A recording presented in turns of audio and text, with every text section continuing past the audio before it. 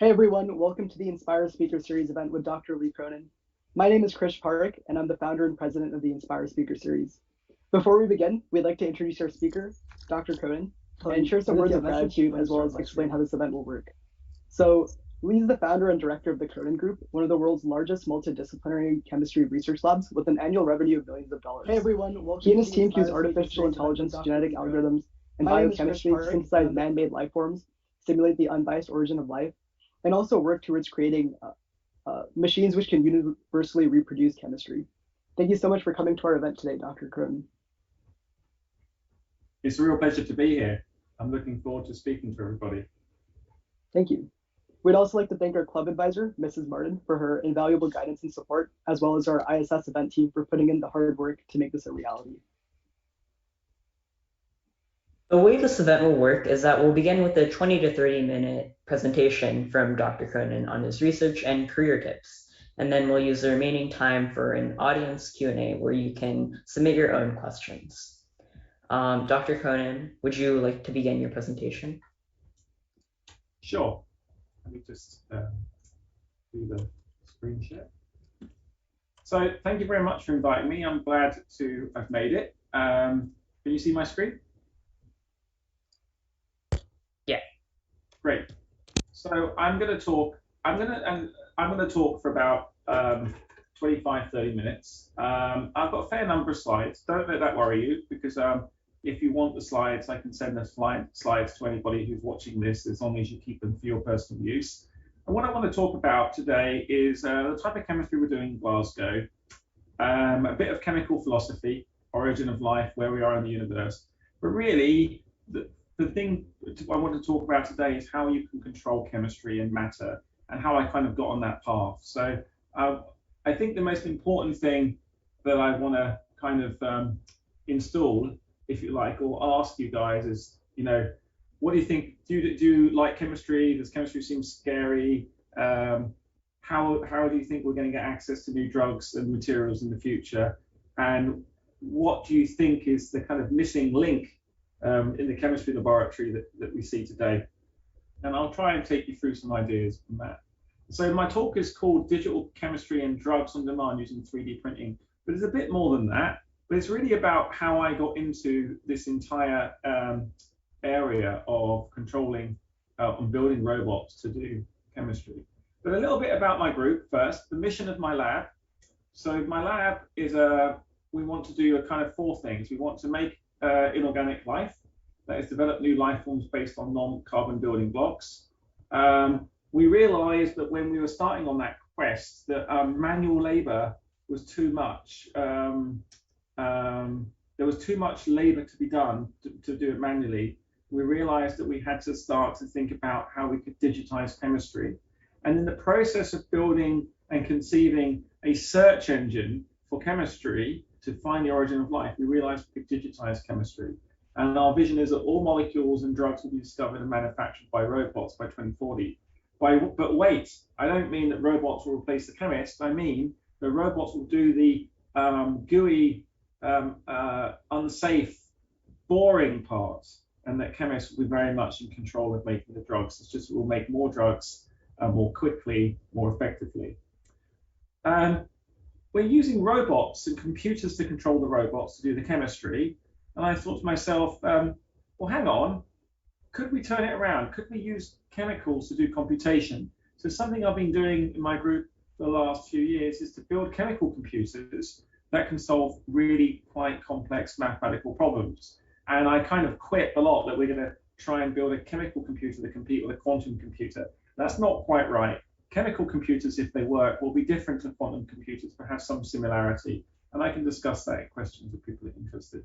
And finally, philosophically, I'm interested in the transition to information.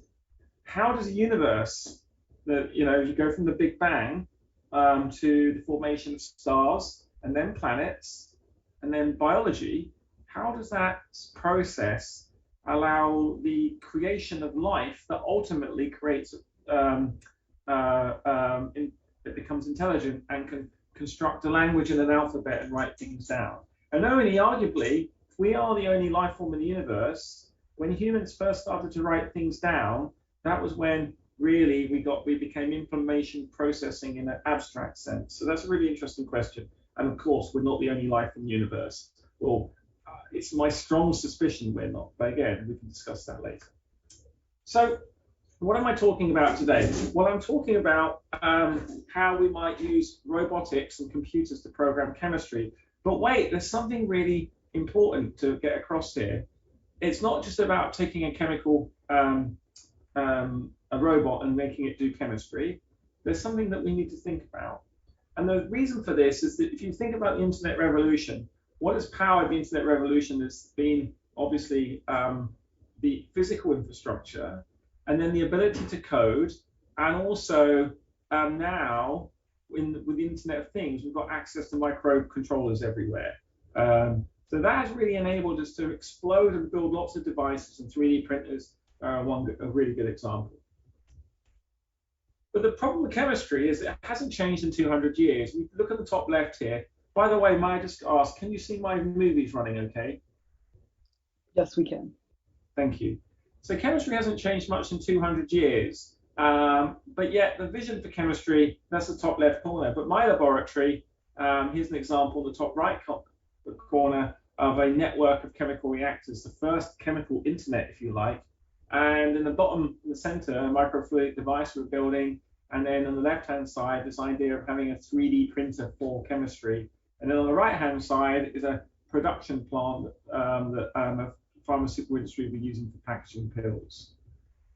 So why must we digitize chemistry? Well, I'm pretty sure all of you watching this are too young to have this problem, but maybe some older individuals who can remember back to when Windows was transitioning will remember that when the computer used to fail with the hardware, you would get this blue screen. And the blue screen of death from Microsoft would be basically there was a failing in your hardware or incompatibility. In fact, the blue screen was normally an incompatibility, a sound card or a video card or some other object that's inserted in your computers wasn't recognized. Well, this happens in the chemistry lab every day. When people try and do chemistry, there is a problem. System error has occurred. The reaction is not reproducible in your lab. And this slide here is kind of a joke on that blue screen. To say that you don't have universality, therefore you need to change the way we do chemistry. And so what I wanted to think about when I was coming up with this idea is, are molecules or molecules programmable? Is it possible to write down code to make molecules? Now this movie here is showing the assembly of a molecule called Taxol. Taxol just happens to be one of the most interesting natural products. It's made as what's called a secondary metabolite in a Pacific yew tree. I think it's found in the bark. And this molecule has 47 carbon atoms, 51 hydrogen atoms, 1 nitrogen, and 14 oxygens. Its molecular weight is 853.33 grams per mole. And this is a very complicated molecule made by biology as a kind of result of its metabolism.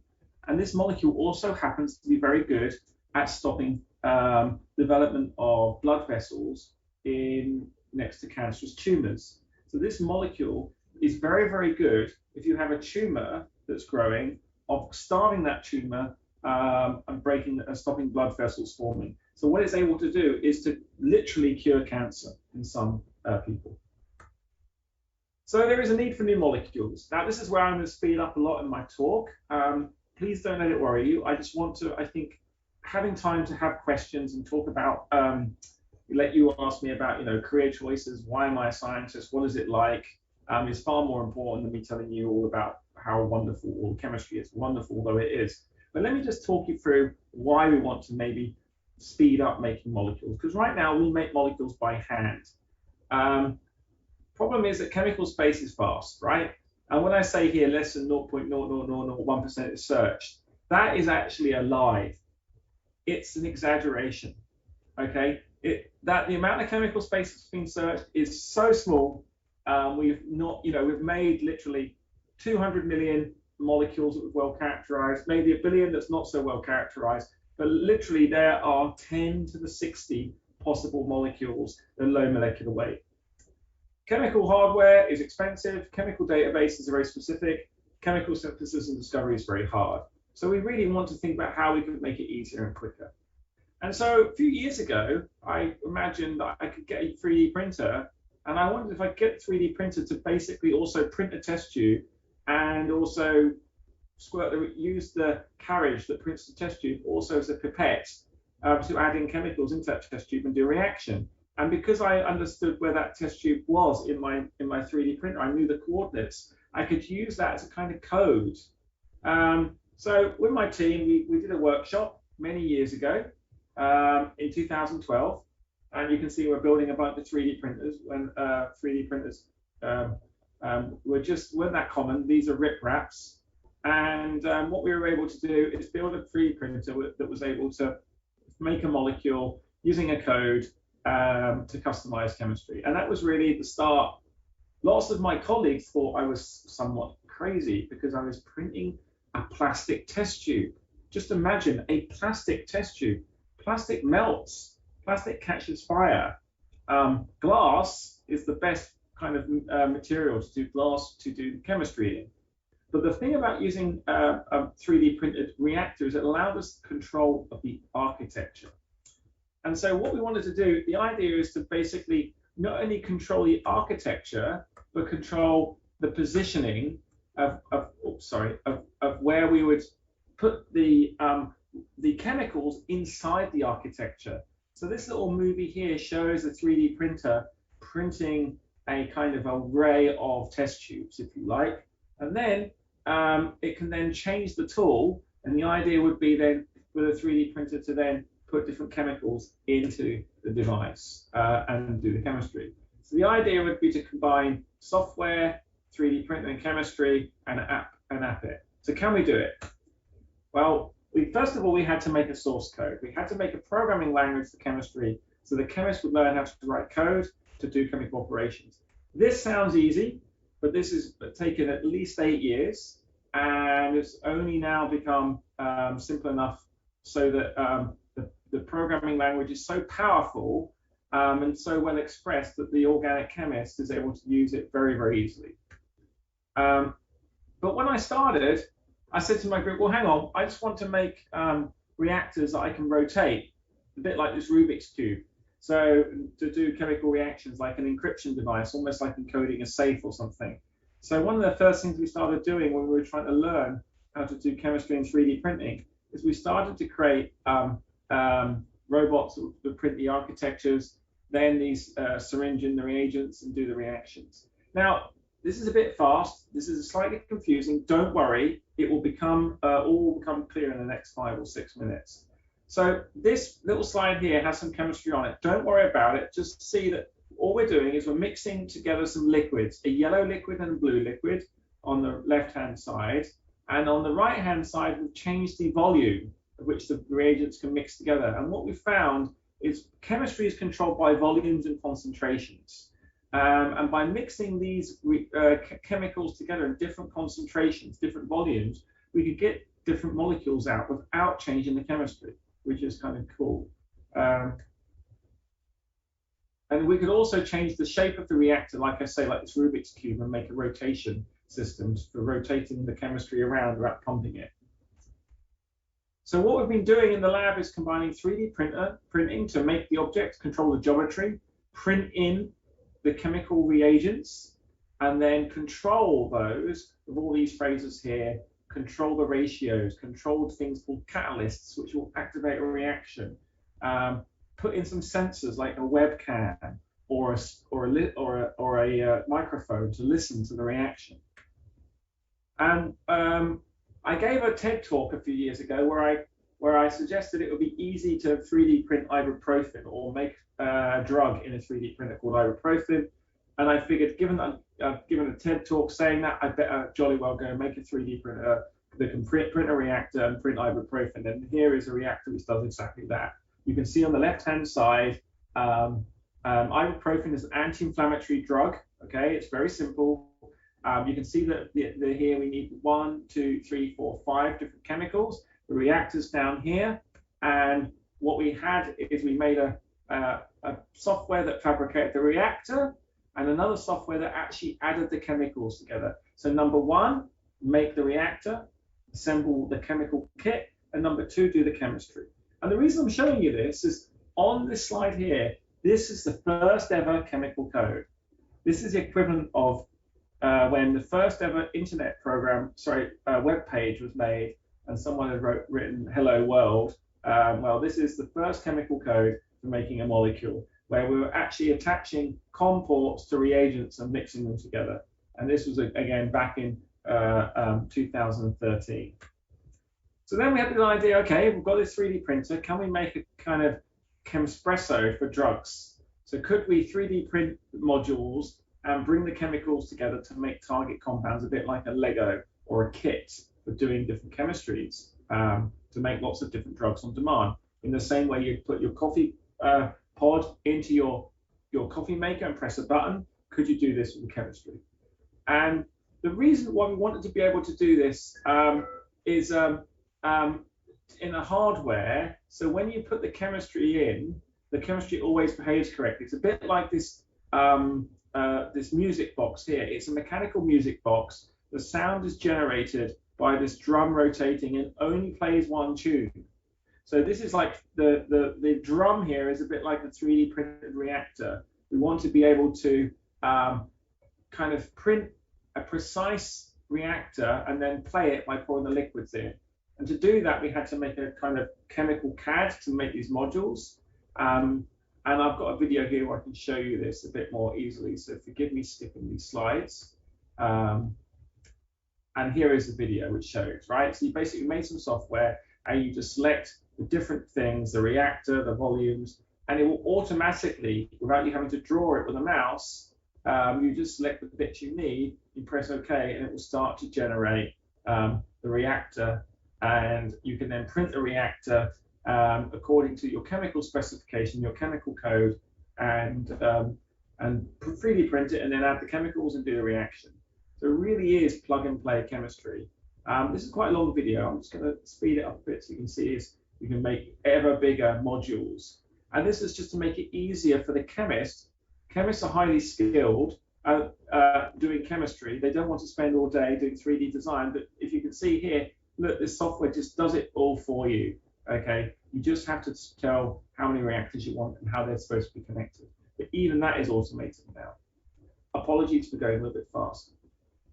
So I'm going to just talk about this molecule very quickly. The main point is it's called a molecule called Baclofen. There's a molecule called Baclofen. It's a commercial drug, and it needs 10 process steps and 4 chemical reactions.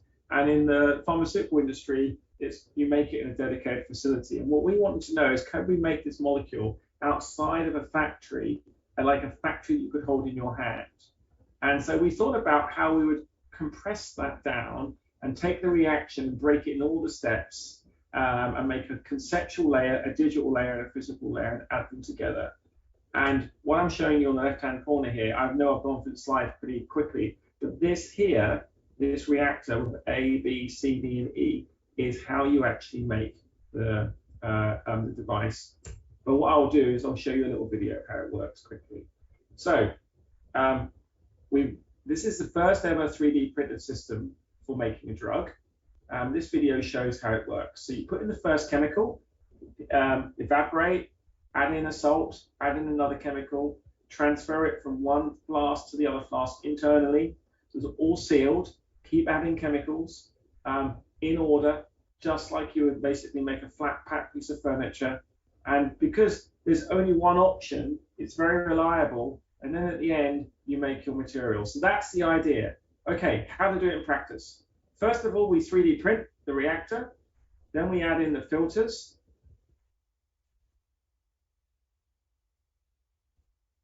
Then we carry on printing. Ta-da, finished reactor. We then add in the inputs, the lure lock, so we can just make sure that we can put all the chemicals in properly. And so then what you can see now is the chemist doing each of the steps. And it's so simple because you're just literally adding things, like it's like a do-it-yourself jigsaw puzzle. And you can see, although the chemist is doing it in the proper conditions because they're professional, wearing gloves, and it's really very simple.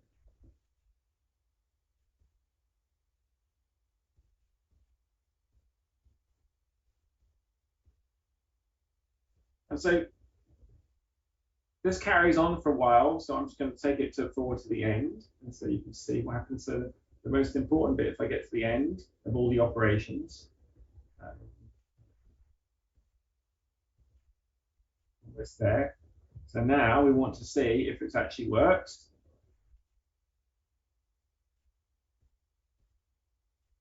And you can see it's a small amount of the material, which is the actual drug, and it's 99.9% pure. I wouldn't take it myself, but it's a proof of principle. So why bother do this? Well, it's a bit like a printing press, right?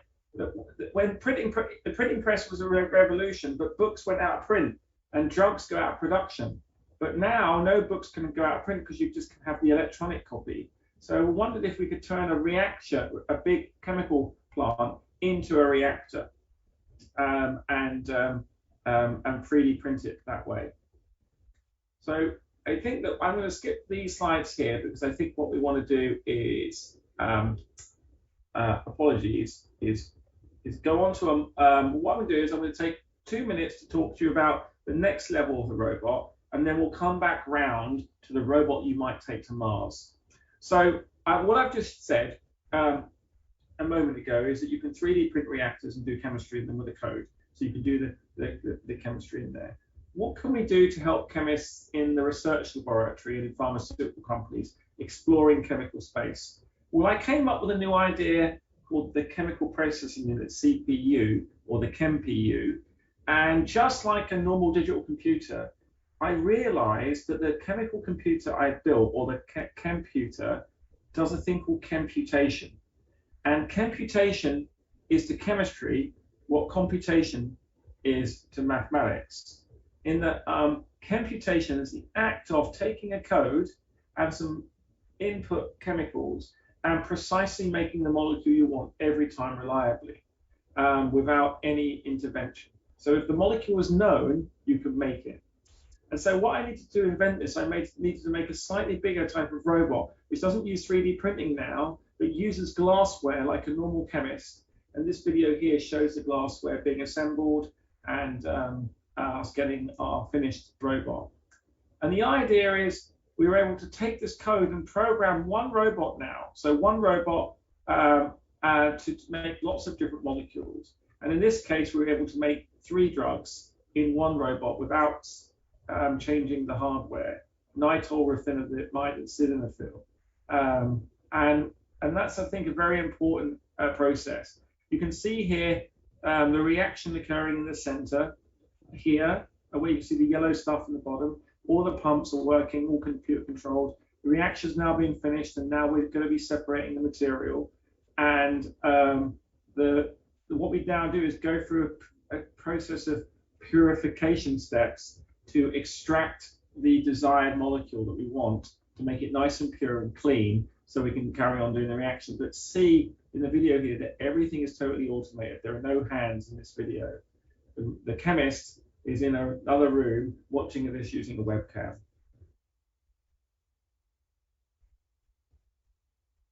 Now, we've expanded this in the lab, so this process can now pretty much make any molecule. And actually, not only can it make any molecule, it can make new molecules that we discover that are not yet in the literature. Now, on the left-hand side, we've got the chemical code, the reaction description in ChemDraw. And on the right-hand side at the bottom, we have the graph of the reactors. This is like the way like in a computer, the way the chip would be wired up.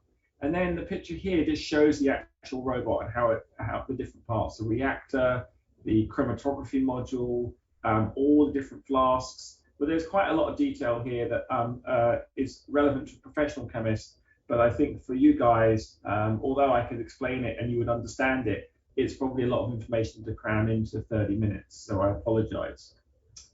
So the idea is really we want to get to this molecular material fabricator. And what we want to be able to do now is combine our 3D printing and our computer. Can we do it? Could we make a concept where we could have an automatic system that would basically allow us to make any molecule in a portable format, whether we were at Antarctica, on Mars, or whether we needed an unstable molecule in, say, in a hospital. So the problem is that drugs are made at a few locations. It's difficult to move them around sometimes, and they're subject to all sorts of problems. You've already seen the concept of making a 3D printed reactor. That was in the first part of this talk. And then one of the things we wanted to try and do is now say, not, you saw the person, the fume, who did it all by hand, but what if we could make a robot that could now fuse with the 3D printed reactor and do all the reactions automatically? And this is the system that we're working on building right now, okay? And this is with funding that we have from DARPA, and also we have funding from the EPSRC. And the idea is to make this dream robot that can make any molecule safely, on demand from a code, and understand. And you've already seen this part of the movie before, where we actually go through all the different steps of making Baclofen. So I will skip that. So I'm going to stop in a few moments, and I just want to kind of give you a few take-home messages. What does this really mean for the future?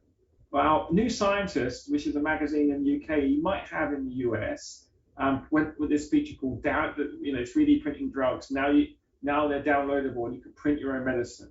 Well, yeah, we're not physically printing the molecules, but I let them away with it. What they mean is they can print the reactors and then make your own drugs. But now you can think about software apps for drug design and production. You can print your drugs at the point of need. You can also make diagnostics, very important for COVID-19. If you could make a PCR system or a lateral flow system, you can then do on the fly antibiotic vaccine antidote production. Our system, I just showed you the movie of it, can actually make RNA. RNA is a key component in most of the COVID-19 vaccines. So yes, our robot can make the COVID-19 vaccine very slowly, but it could make it. And then the idea of one day is that you could have printable personal medicine that combine your genes and the environment. So this is kind of the idea, you know, have reagents on demand, modules you plug into your robot, and maybe one day you might even have a personal pharmacist in your home. I admit we are some way away from that, and I wouldn't encourage people to be making their own drugs at home, in their garage, or anywhere for that matter. Right now, the only safe place to get medicine is from a certified store, pharmacist, pharmacy, and obviously all these things are regulated very heavily by the FDA, because you have to keep them safe. So I want to stop here, and the reason I think I wanted to go through so quickly is to make sure that we had time for questions. But I would like to stop by thanking my team, which you can see here, that we normally take our group a photograph in November every year, but that was when we were in the middle of our second lockdown. So I had the bright idea of everyone doing a selfie. And so you can see the selfie of my team. I'm very proud of them. They're very interesting bunch of people. They're not just chemists, they're computer scientists, mathematicians, engineers, software programmers, physicists. I wouldn't be able to do it without the funding from these various organizations I've shown in the corner here. That's one of the big challenges in science, is that you have to get the money to do this research. It doesn't happen for free. So I'd like to thank the funders, thank my team, but thank you for listening in, and I'll be really happy to spend some time answering questions. Thank you. Thank you for that great presentation. So now we're going to be moving to the Q&A section. So during the Q&A, you will be able to submit and upvote questions on an online Q&A software called Mentimeter. And the link is in the description of this YouTube live stream. And it's also going to be in the chat, and our team will select questions from the audience and based on our research as well. And we'll read them off as they come. So with that, Krish will begin reading out a few questions. I'm sure a question that a lot of the audience has, Lee, is what was your journey to becoming, the world-renowned scientist you are today? Yeah, okay. Well, thank you. I'm not sure world-renowned is the right idea, but how did I get? Well, I was always really interested in how the universe worked from as early as I can remember, from 5 years old, I suppose. And I never considered doing anything else really. I always wanted to be a scientist, but I didn't really know what that meant. I knew I loved taking stuff apart and never really getting it quite back together and ever working. And I liked mathematics. I had a fairly hard journey at school because I didn't really like school, or school didn't really like me, because I wouldn't do the classes that they asked me to do ever, and that got me into some difficulties and got me in a learning difficulties class for a good number of years, which I wouldn't recommend. I didn't know at the time. I didn't understand. It wasn't I was necessarily well, I mean, I'm not any lazier than any other kid, right? I mean, we're all lazy. Why would you do hard things? I invented a lot of things. So anyway, so I was always really interested in science and was young as early as I can remember. I made it to university by the skin of my teeth, and I couldn't, and I wanted to do either mathematics or physics, or maybe astrophysics, but I simply didn't have I didn't have the right education. Let's say I was deemed to be educationally subnormal at some point, and I couldn't read or write or do mathematics. So they suggested I shouldn't have gone to university at all, but I persisted, and I was allowed to do chemistry. And I loved doing chemistry. I had a really good teacher that convinced me to do chemistry when I was 17. So I went to do a chemistry degree and in York, and I carried on basically asking questions and ignoring the hierarchy and annoying people. And that was always a long. I kind of really I remembered at the transition after my first year at the university that not only did I like it, I seemed to be quite good at it. And there were all these very stressed people who were working very hard, who'd come from much better educational circumstances from private schools and so on, that seemed to be struggling. And I was really didn't have anything to prove. I didn't really realize I was being assessed. I just wanted to understand quantum mechanics at the time.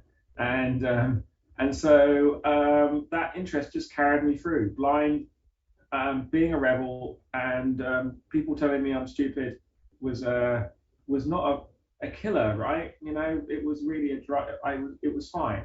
So the way I got into science was that I wasn't afraid of being wrong or stupid, because that was my default setting. And I've only realized that in the last few years. So anyway, went to university, realized I had to do a PhD. I did a PhD, and then for my PhD, I then went and did some further research in material science, and I then went to Germany, and then I had my first job as a kind of what we would say an assistant professor in the US, a lecturer, and then went through pretty quickly to become a professor in Glasgow. But only really when I became a professor in chemistry was I then able to truly let go of not just being a single subject person, but saying, hey, I want to know why we're here. That requires me to do chemistry, computer science, robotics, and philosophy. And I was able to convince the university to let me hire people that weren't just chemists, but really interesting students who were simply, I wouldn't say misfits. My group are not a bunch of misfits. They're really, that's somewhat selling them short. They're very talented people, but they have diverse opinions. And so it makes me laugh now when everyone's talking about, diversity, in that because it's not, we've been doing diversity for a very long time. In fact, that's the way we do science, and how one of the reasons why I've got to where I am, is that My team is diverse. We have lots of really interesting arguments. So how did I get to where I am now? Well, I like to ask awkward questions that people say are just silly.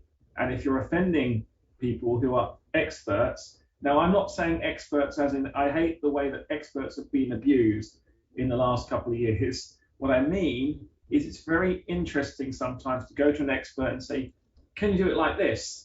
And their instant thing would be to say, oh, I might do it, I might not do it this way because I know better, I've been trained.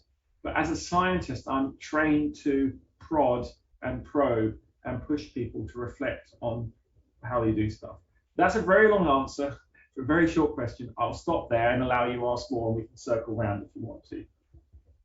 Sure, and I think it's super inspirational how, like, your traditional schooling deemed you, maybe not the best candidate for science, but you ended up being like a professor and a leader of one of the largest multidisciplinary chemistry labs in the world. I think that's, really inspirational.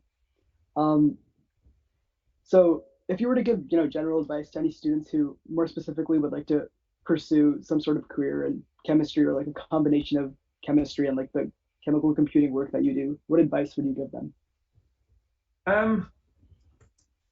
Well, there's so much advice I could give you. I think there's lots of obvious advice that everyone would say. I mean, you've got to love it, right? So I think if you really are motivated, you enjoy it, don't worry about people telling you you are not good at it, right? There's always, and I mean, okay, if you're willing, when someone says you're not good at something, and you're like, well, why am I not good at it? This is how I annoyed my teachers at school. They said you can't do mathematics. I said, well, you sure? So, well, you don't know how to describe this. I said, well, but I can do it. I don't know how I'm able to do it, but I can do it. And this goes back to how I taught myself mathematics. I didn't really realize it. So I think the most important thing is to really love it, or really be curious. Your curiosity drags you through time, literally. The second thing is listen to criticism and make it actionable. Someone says you can't do something. Say, well, why can't I do something?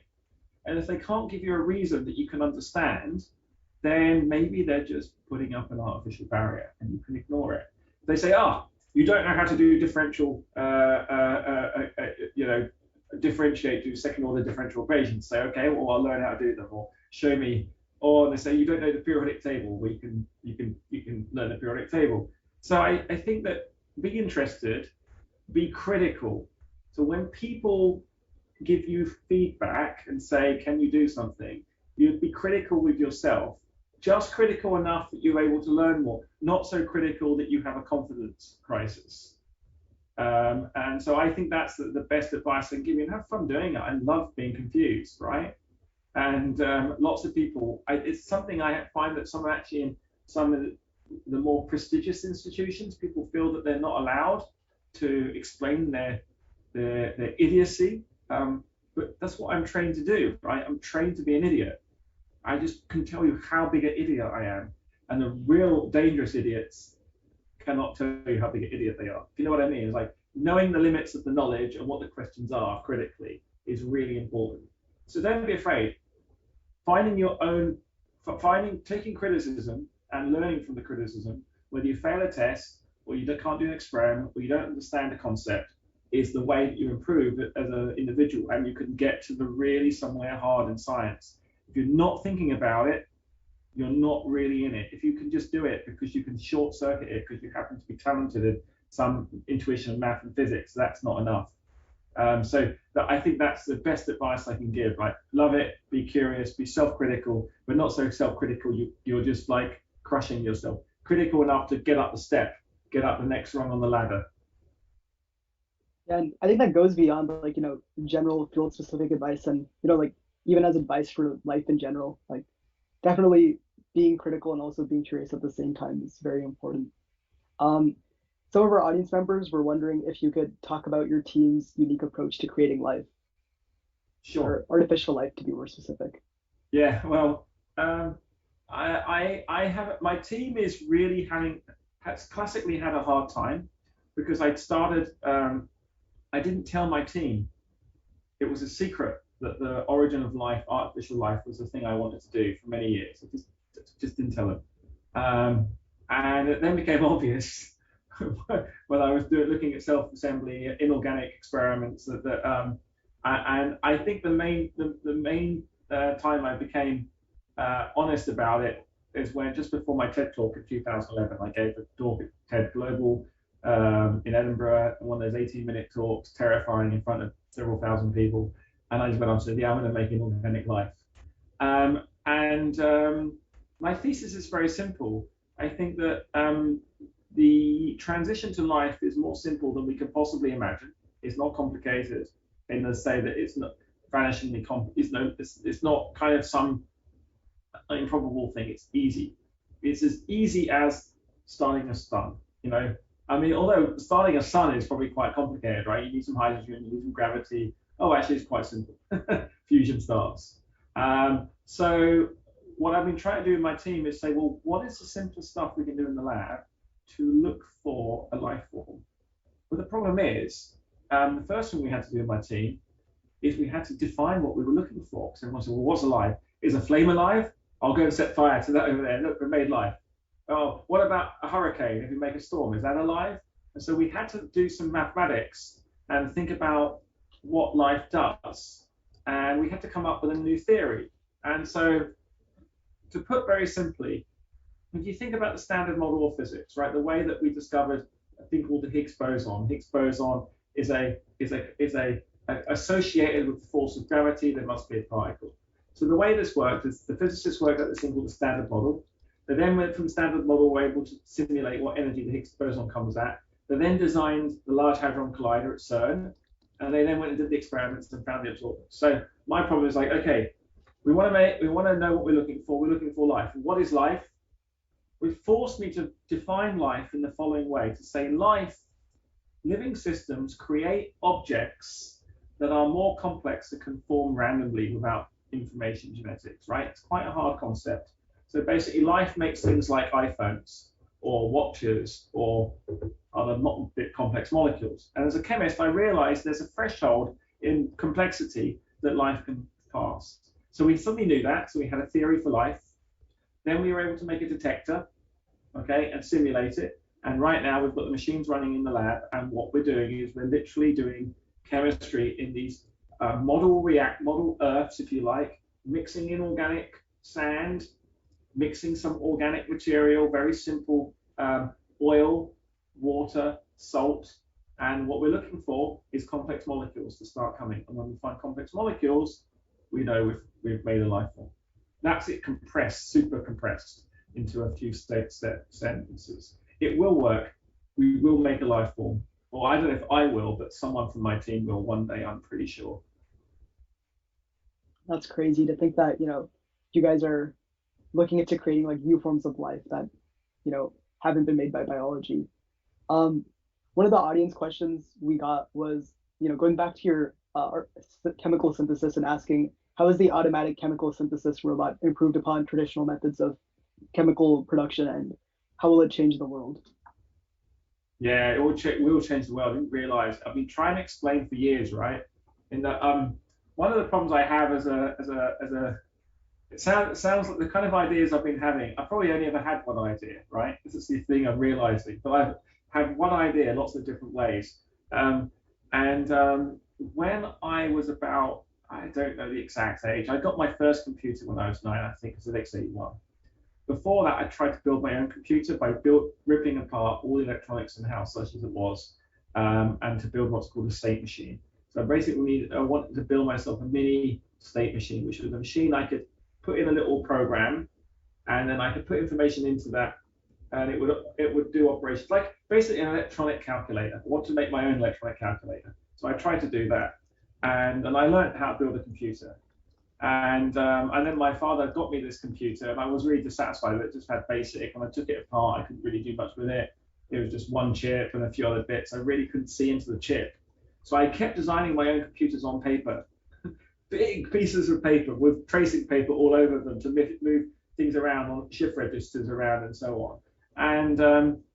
And so when I became a chemist, that kind of childhood memories, and then what I did. I got me remembering, it's like, well, why does chemistry not always work? You go in the lab, you do a reaction, and sometimes the reaction works, sometimes it fails. Why is that? Well, it simply comes down to the fact that chemists don't record their information unambiguously. Imagine, I'm sure some guys listening, some of you write code. So, and I'm sure when you write code, you write some code and you expect it to work. It doesn't work, you might debug it. But once you've debugged it and you comment it properly, other people will read your code and hopefully use it again. And the problem with chemistry is that debugging and coding process, what isn't done uniformly, it's ambiguous. So what I've developed is the concept of computation. Computation, let me define computation first, because this is not a BS term, it's a real term, and I only realized that I could put it in words just a few weeks ago. Computation is the process by which you can take a program, put in some information, and that program will run and give you an outcome.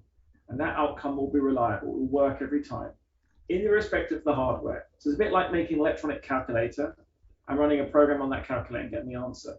So by analogy, I wanted to do a thing called computation, where I take the code to make my molecule, and I take the input chemicals, and then on any qualified hardware, the computation runs, and you get the molecule out at the end without any problems, provided the hardware doesn't fail and the chemical is pure. And the reason why that's going to change the world is lots of the chemical literature, although it works, is not reliable. The chemist has to basically invent some knowledge from their training. It's not explicitly declared. The software I'm writing explicitly declares everything. Because as I always keep telling my group, chemistry is not magic. And the culture of chemistry in some areas was to not quite put everything in literature. And why is that? Well, people made assumptions that everyone knew what to do there, or some people want to hide so they couldn't follow the team, so they could publish the paper but not be held accountable, right? So what I think is going to happen now is that I'm going to make a chemistry Spotify, or maybe a open database of molecules that people can download the code, and it will work on your robot every time. And think about the collaboration, just the way we'll do drug discovery or make new materials. And I think that's why it's going to change the world. Would you also see this sort of collaboration and open source helping like underprivileged nations? Because I know that like there are only, a handful of few like very big capable like pharma companies that can actually manufacture these drugs. Yeah, I mean, let's not just talk about poor nations, but I think there's a case, right? There is certainly a case. Well, let's talk about poor nations for one second. One of the problems we have in the world right now, in the way the pharmaceutical industry works, is they'll discover a new drug, put it on patent, build a facility, churn out that drug for patent. It's very expensive. But there are a lot of other drugs out there which aren't manufactured anymore, and which are basically free.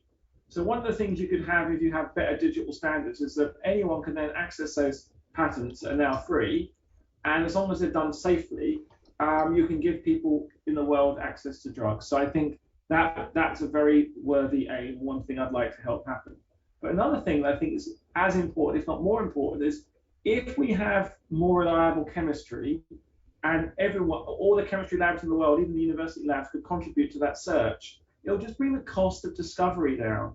And if the cost comes down, the number of drugs that we'll make and the way that we will have robustness in the logistics will increase access.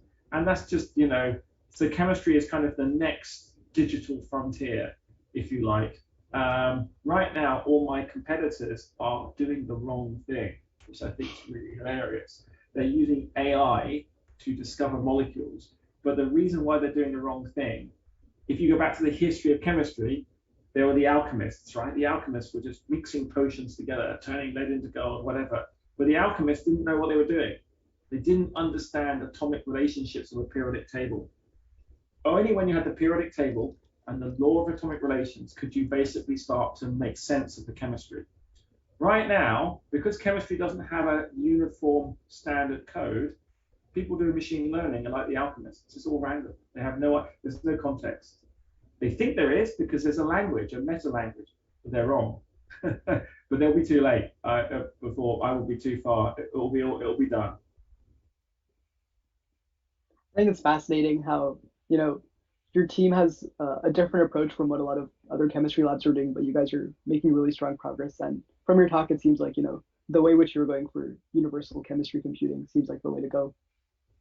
Some of our audience was also wondering like how might a computer differ from like a traditional computer or like a quantum computer? Okay, so that's slightly different. I always mix up all my namings, right, to go up. So in my lab, I'm making computers or ChemPUs that do computation. They are robots that make molecules, right? But we're also making chemical computers, which I didn't talk about today, and that is using chemicals to do computation. And in that case, if the person's asking about that, the difference is the information is then put into the chemical reactions, and we're using the fact you've got molecules doing these reactions in a big volume to basically encode some information.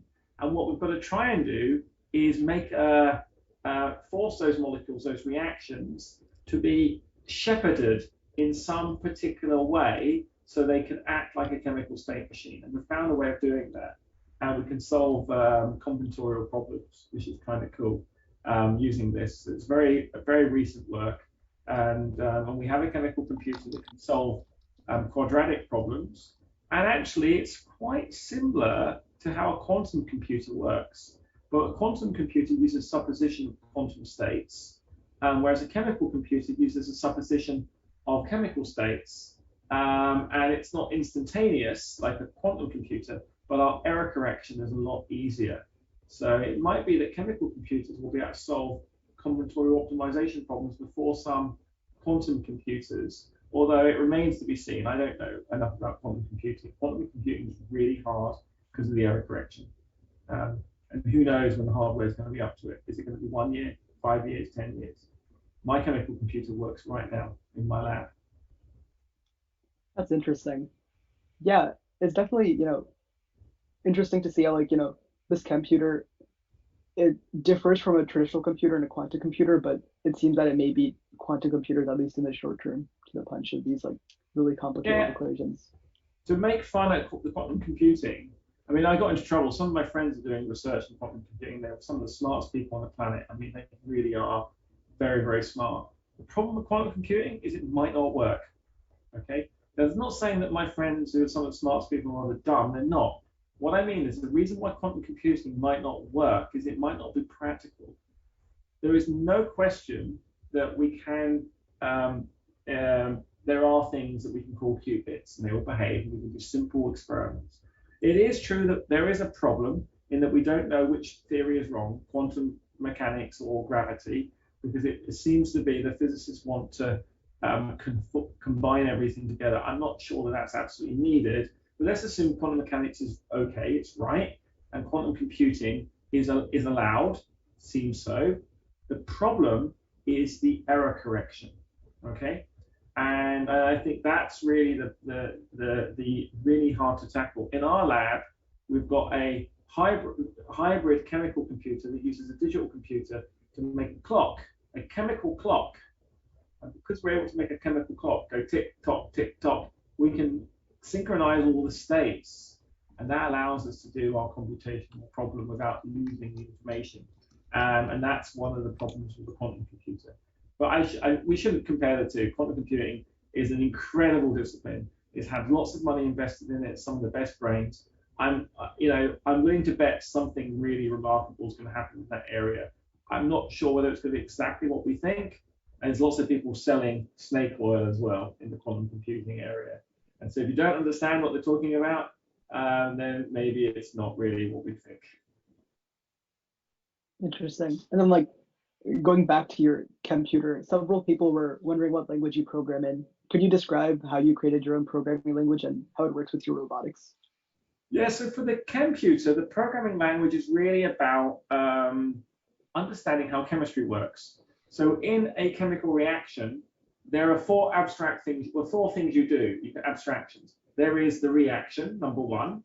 So that is adding the chemicals in the flask and just letting the reaction happen. Number two, there is the workup. So when the reaction finishes, you need to somehow cool it down, maybe reduce the solvent.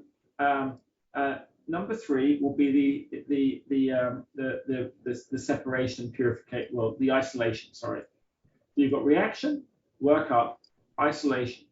And then the final step is the purification, to remove the remaining unprocessed material or side products. So though, to do that, if you think about it, there's a finite number of unit operations that you could express. And all I did is I built a programming language. Well, first of all, a syntax that would allow you to write precisely down, add A to B in Flask. Okay, 1. Wait for 1 hour, then do X, Y, and Z, and declare everything with correct fields associated with those. So that was the first part. So we kind of made a syntax. Then when you put that syntax, we then had to get the hardware to work.